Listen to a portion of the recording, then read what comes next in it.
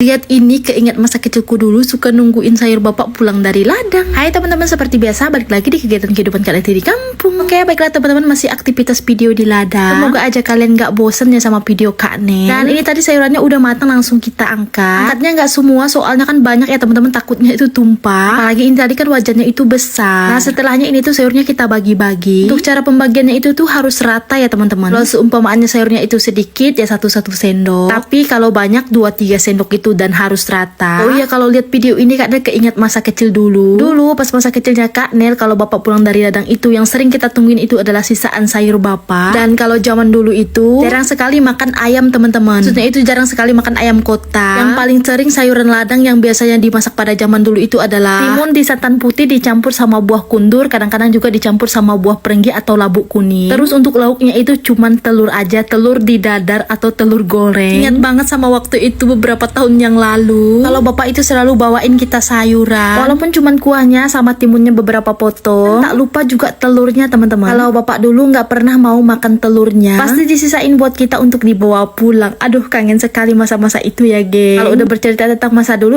pengen mewek Kak Nel. Oke lah, ini tadi untuk sayuran kita udah selesai dibagi-bagi. Orang-orang yang kerja juga udah kita suruh pada naik, dan tinggal ambil sayur masing-masing. Soalnya kan mereka bawa tempat masing-masing dan pasti hafal sama tempat mereka sendiri. Jadinya kita itu nggak repot lagi, tinggal mereka aja yang pilih-pilih. Pokoknya kalau udah makan kayak gini kita itu pasti heboh ya teman-teman.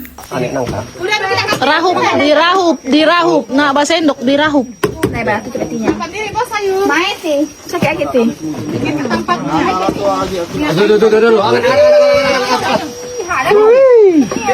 Nangis ada dua gitu tuh. Kita mana? Oh, kita betul lah jago. Tak kamay gagawin na nang. Tuhan naik barang dah dua. Ya, saya.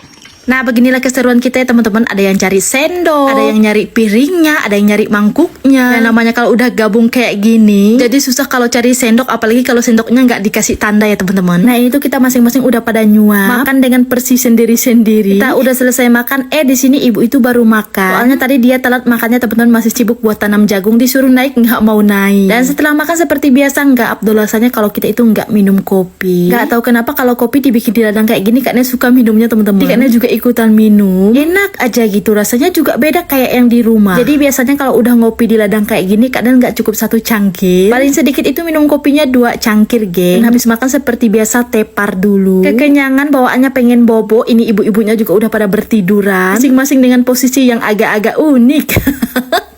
Karena tempatnya juga nggak terlalu besar ya teman-teman. Tapi di sini ada yang tidur, ada juga yang nggak tidur, dan ada juga yang sibuk masak beras ketan hitam. Untuk video full masak ketan hitamnya Kak Nel lanjut di part berikutnya. Jadi untuk video Kak Nel sampai di sini dulu, sampai jumpa lagi di video berikutnya. Bye bye.